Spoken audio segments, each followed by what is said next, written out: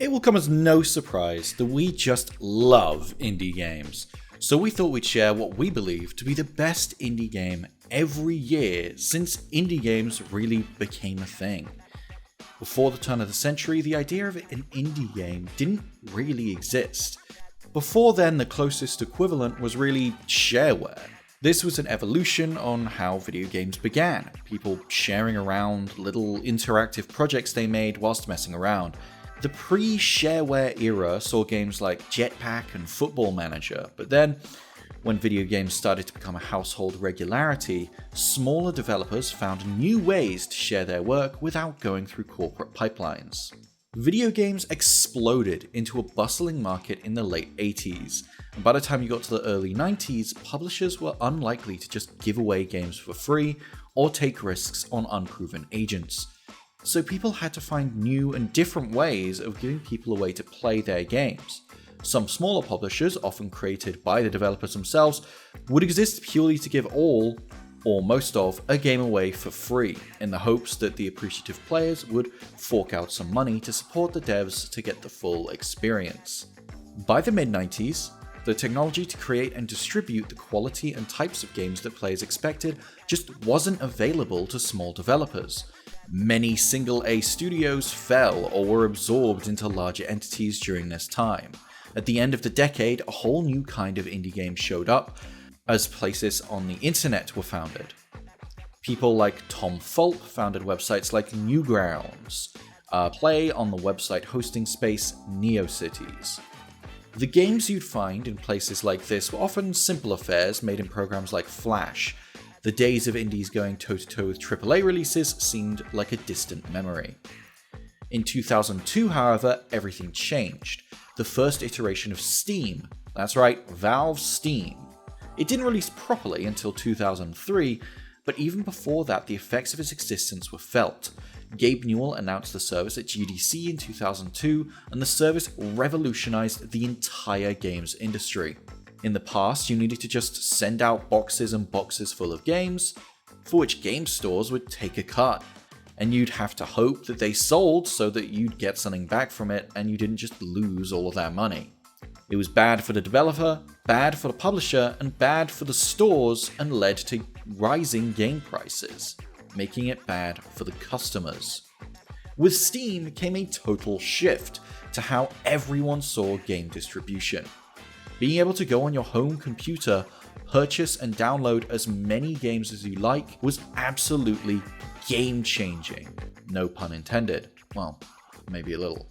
Having every game you could possibly want in one place without having to go to different stores across the internet, it was like the future now. And that's where we're going to pick up. At the start of the modern age of gaming, Steam was almost immediately a revitalization of the indie scene. It was a place where you could bypass the publisher and get straight into the hands of the players. Finally, indies had a chance to get their spotlight back, at least to those who would give them their dues. I think I've prefaced this list long enough, so let's get into it. Our choice of game for 2002 is Dwarf Fortress.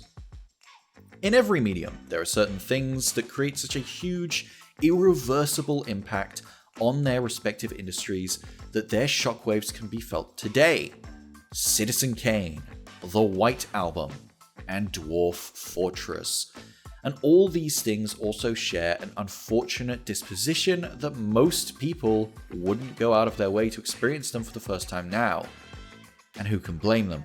Dwarf Fortress, or Slaves to Armok, God of Blood Chapter 2 Dwarf Fortress, is still used today in academia for its use of artificial intelligence. It has been cited as an influence from Minecraft, RimWorld, and others, as well as being selected amongst other games to be featured in the Museum of Modern Art to show the history of video gaming in 2012. Dwarf Fortress is a game with no real objective that has the player set in motion a process which generates a fantasy world with continents, oceans and islands produced via generative geology and hydrogeology, meteorology, and biogeography, and then fully simulates the evolution of all civilizations down to the lives of their individual inhabitants in order to yield a coherent world with an internally consistent lore and history. From there, you explore a world full of generated characters with personalities and lives, who have individual body parts, including organs that can be damaged in combat. The game still stands to this day as an impressive feat of software engineering, and it's hard to imagine that there could ever be anything quite like it. 2003, Alien Shooter. Alien Shooter is an interesting case of a game that has never been bought out, never been taken to a larger publisher, and it was developed and published by Russian studio Sigma Team. And every re-release is by Sigma Team, and the sequel was made by Sigma Team. Unlike Dwarf Fortress, which was included in this list for its impact and influence on the industry, Alien Shooter is here as a pure oddity. The game is a top-down shooter from a three-quarters angle and has you blasting through hordes of the titular aliens in a story seemingly inspired by Alien Extraterrestrial, involving a malfunctioning teleporter. 2004, Cave Story. Often considered the original indie game, this Metroidvania was developed by one person over the course of 5 years in their free time, and to this day it is enjoyed by many thanks to a popular remake and the immutable power of word of mouth. It received widespread critical acclaim for many polished aspects of its design, such as compelling characters, setting, story, and gameplay. Like Dwarf Fortress, this game had a massive impact on the gaming world. A game this polished and engaging, developed by one person, directly inspired a huge amount of where the indie space went in the future. Cave Story gained its status as a trendsetter by becoming the first game in a decade to rival games coming out of major studios, despite being made by just one person. It's also often cited as one of the most internationally successful Japanese indie games, and has contributed to the resurgence of the Metroidvania genre. Without this game, we likely wouldn't have got a lot of the games we see over the next few years, from Braid to Super Meat Boy, Fez, and even Mega Man 11. But we'll talk about a lot of these games later in the list. 2005, Club Penguin. I bet you weren't expecting to see this here, especially not in 2005.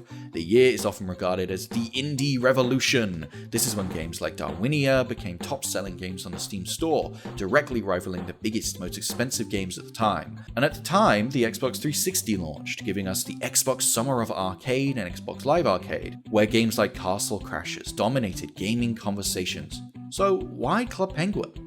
There was a period in the late 2000s where web-based MMOs dominated. Games like Neopets, Moshi Monsters, and Bin Weevils. But something about Club Penguin made it stand out above the rest. Maybe it was the accessibility and the charm of the game. Or maybe it was the huge marketing push after the game had been acquired by Disney for $350 million in 2009. Club Penguin is considered by many to be the cream of the crop. Club Penguin was a game about waddling around and meeting new friends. A huge variety of minigames allowed you to collect coins, rewarded by skill, to customize your penguin's outfit and igloo, but it also held a wider story. Club Penguin had smaller story experiences such as the Elite Penguin Force, a spy story, where you had to stop a villain with wonderful cutscenes and fun quests. The community was fantastic, with good moderation and a hugely encouraging staff base that would accept requests for items and events in the game, as well as providing crafting activities and other fun things for children and adults. It had a huge variety of festivals throughout the years, with exclusive items and games, as well as full map overlays. This would take a lot of time to replicate and bring back today, but thankfully the dedicated team at Club Penguin Rewritten first rewrote it to Flash, which was shut down, and now converting it to HTML5. 2006, Garry's Mod. It is important when looking at the history of indie games to take into account how instrumental the modding community is and was in propping up the indie community. Game modding arguably makes up the support beams for the entire gaming community. From old Doom mods and new ones, to the absolute biggest of all when it comes to modern indie, Half-Life 2. Valve allowed unprecedented freedom to the community to create and change things in the game, often resulting in entirely different products being created, from Dear Esther to the Stanley Parable. The Source engine is absolutely one of the most important things to ever happen to indie gaming, and nothing exemplifies that more than Garry's mod. Garry's mod, often shortened to Gmod, is less of a game and more of a platform. One which allows players and creators to experience hundreds and thousands of items, maps, and games downloaded from the Steam Workshop. It's a mod that you mod. Some of the most popular game modes from Gmod eventually became entire genres in themselves. Crop Hunt, Trouble in Terrorist Town, Tower, and even non-game applications like the creation of machinima content within the game. Garry's mod may not have had a direct effect on the gaming community, but the platform that it gives to creators and players to take full advantage of the Source engine in a way that many people simply would never have before arguably led to much of the online culture we enjoy and participate into this day. 2007, Flow. An important thing to point out about this era of indies is how many of these games started out on websites like Newgrounds as Flash games. Flow is one of these games. Originally created as a thesis piece, the original Flash game was reworked into a full game for PS3 by studio That Game Company, who went on later to make titles like Flower and Journey, after signing a publishing deal with Annapurna and working with SCE. In Flow, you navigate through various 2D planes as a microorganism that evolves by consuming other microorganisms. The game's design is based on the creator's research into dynamic difficulty adjustment at the University of South California's Interactive Media Division, and on the theoretical concept of mental immersion, or, fittingly, flow. The game was nominated for multiple awards by BAFTA and was praised for the visuals and audio. While some look down on the game for its simplicity, this is a game often brought up in conversation surrounding what makes games art, which we won't get into here. 2008, Braid.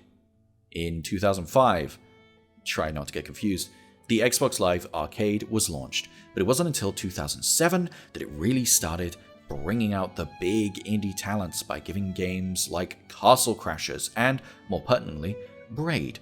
An important thing to note about Braid is, in the overview given about the game on Wikipedia, it states that Braid is considered by critics one of the best video games of all time. This puzzle platformer was originally intended as a critique of some of the trends the creator saw in game development at the time.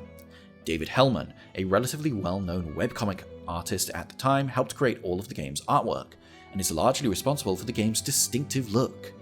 The game has you attempt to rescue a princess from a monster, but over the course of the game, you discover that this is not the only story going on, and things change and go in directions you may not expect.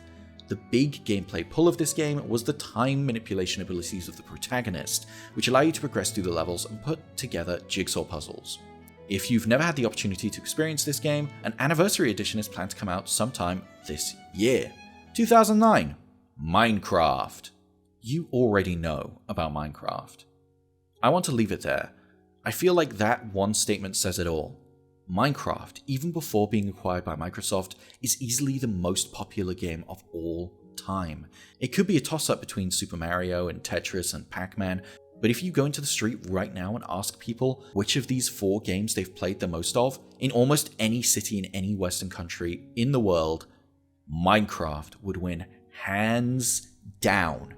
Originally created by Notch in Java, Minecraft puts players into a huge, blocky, procedurally generated world with an almost infinite amount of terrain. The players must find raw materials to craft anything and everything they could possibly imagine. Inspired by 2002's best pick game, Dwarf Fortress, there was nothing quite like it at the time, which is hard to imagine now after seeing so many imitators crop up over the years. This is another game that is frequently modded, although most of the time that's just not necessary, with the freedom of creation that is accessible through the already existing mechanics, making it so anyone can play and nearly anything can be made within the game. More importantly than the game itself, though, is the cultural impact Minecraft has had. There have been spin-offs, parodies, novels, entire swathes of the YouTube and Twitch gaming community or any other video sharing sites being born, from this game alone every single year, and an entire convention being hosted just to celebrate this game. Minecraft may be gigantic inside the actual game, but in real life this is the biggest of all time. As my first statement suggested, it feels almost foolish to even write about it. Something we already know. 2010, Super Meat Boy. In 2010, an important player on the indie scene launched, Humble Bundle. This is a service where, put simply, you could spend a fraction of the price on a game and receive a whole bunch of games.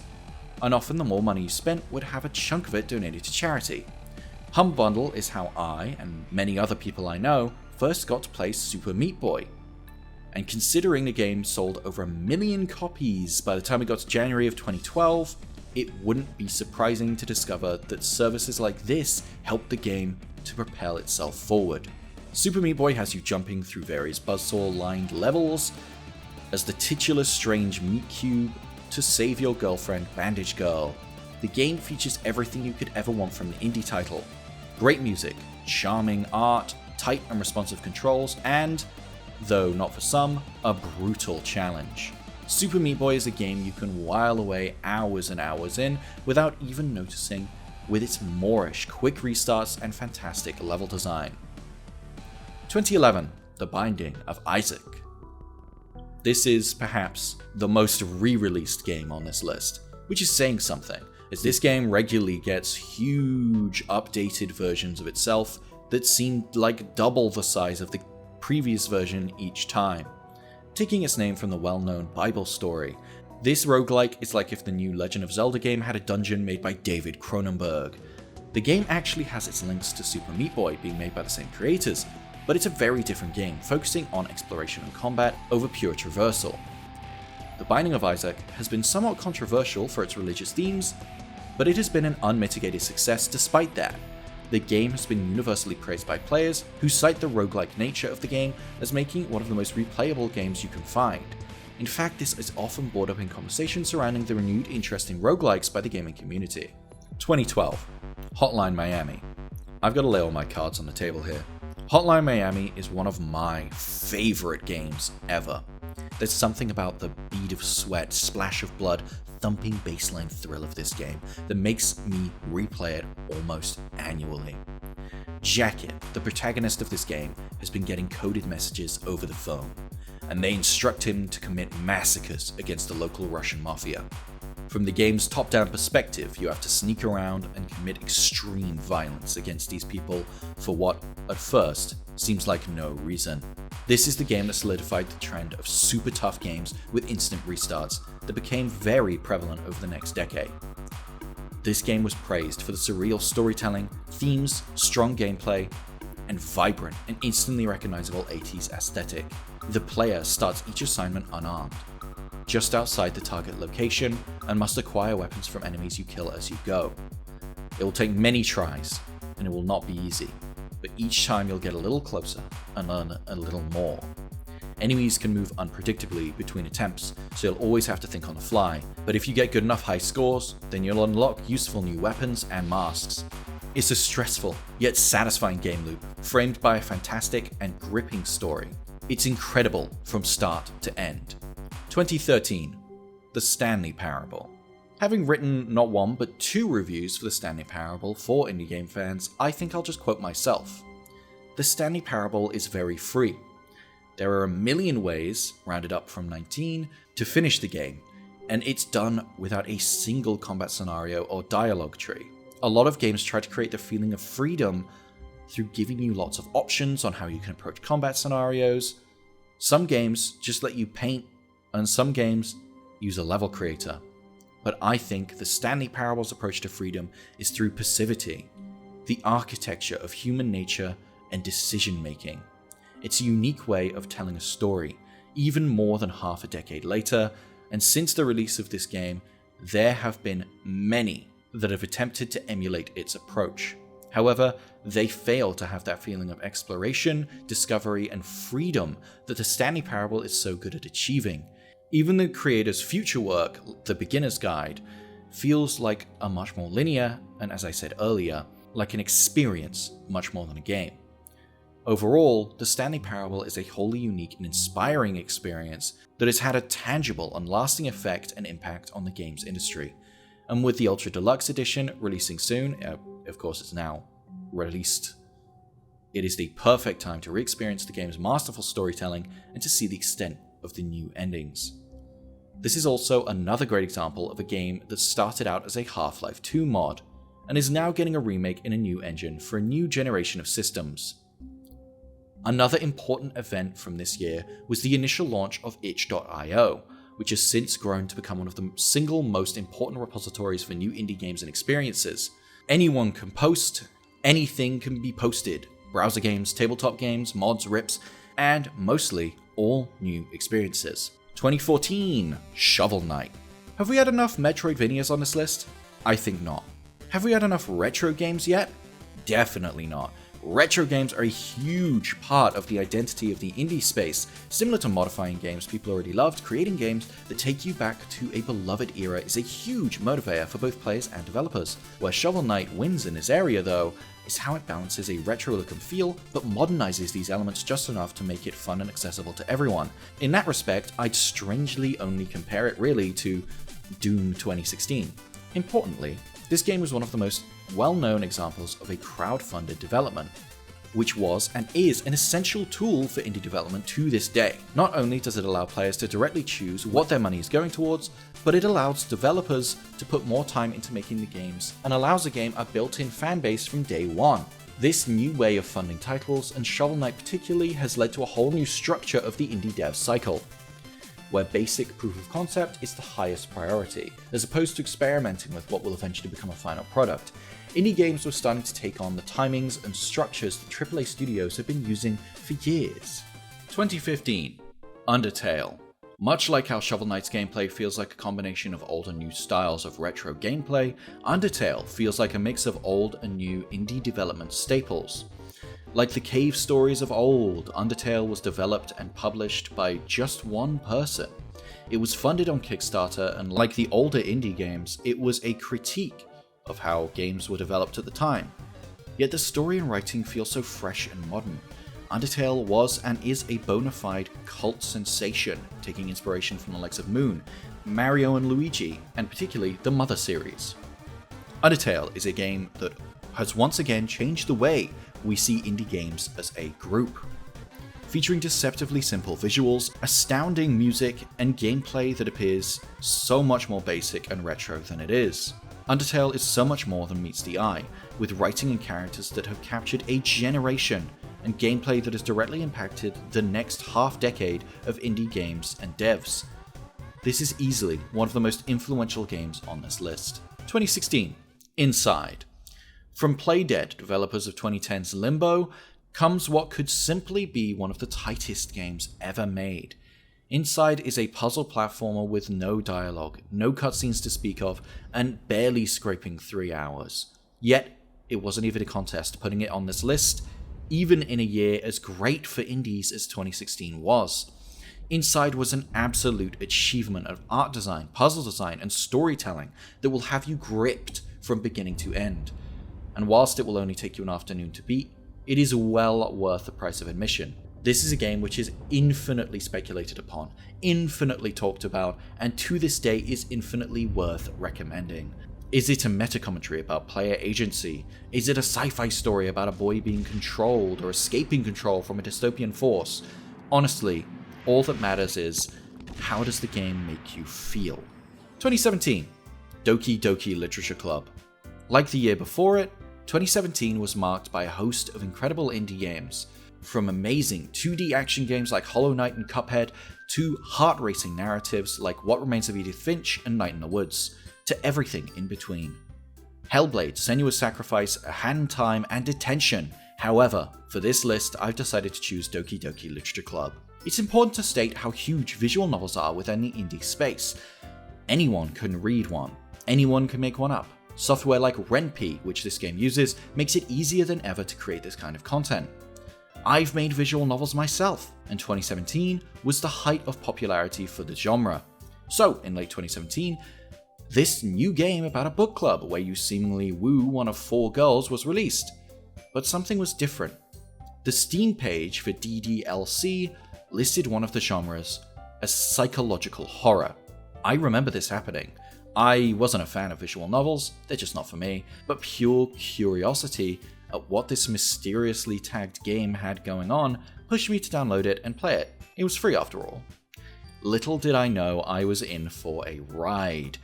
For a long time before the release of DDLC, in fact, from the very youngest days of the internet, the denizens have been obsessed with taking that which is safe and comfortable and twisting it into something horrifying and dark. And that is a tradition wonderfully realized here. I've already said too much, so if you want to play it, it's a great time to consider getting the recent console release. 2018, Celeste. Like many of the entries on this list, Celeste began its life as a much smaller project. But unlike the Flash titles and source mods that littered this list, this game was made in the fantasy console Pico 8 during a game jam, and after the relative amount of success, it was expanded out into a full experience. Featuring challenging and fast-paced platformer gameplay, Celeste takes you on a journey of perseverance and self-discovery for both the main character Madeline and the player. The game has received universal praise since its release for the gameplay, level design, and soundtrack, but also the story and how it explores its themes and emotions within the story. In many ways, Celeste is the modern version of Super Meat Boy, with similar gameplay but adding in narrative elements that indie games are leaning into more and more. 2019, Outer Wilds. Having also done a review for this game for indie game fans, I think it's appropriate to quote myself once again. Outer Wilds, simply put, is nothing short of being one of the finest games to have released in recent memory. Not only being a totally unique and challenging whilst fair, combat-free game, but being bundled now with the DLC, Echoes of the Eye, which doubles the playtime of the game, acting closer to a fully realized and satisfying sequel more than a simple expansion. This is a game full of heart and smarts, and while some people will definitely be put off by the huge amount of reading involved, this interstellar trip is well worth getting stuck into the in-flight material. Outer Wilds is an achievement the likes of which cannot be understated, and it's too soon to say for sure, but I personally hope this game has as much an impact on indie games as many of the other games on this list have. 2020, SUPERHOT, Mind Control Delete. This game is criminally overlooked. Everyone knows 2016's SUPERHOT, but most people totally miss out on the DLC turned sequel, Mind Control Delete, which was an improvement and expansion on the original game in every way, expanding and deepening the story of the original, adding numerous gameplay improvements as well as power-ups and abilities, on top of the different and varied types of enemies, all experienced through a roguelike level system where you can freely go back and forth between levels. This makes Mind Control Delete the ultimate SUPERHOT experience. In case you don't know, SUPERHOT is a game where time only moves when you move, and it is one of the most innovative shooters I've played in years.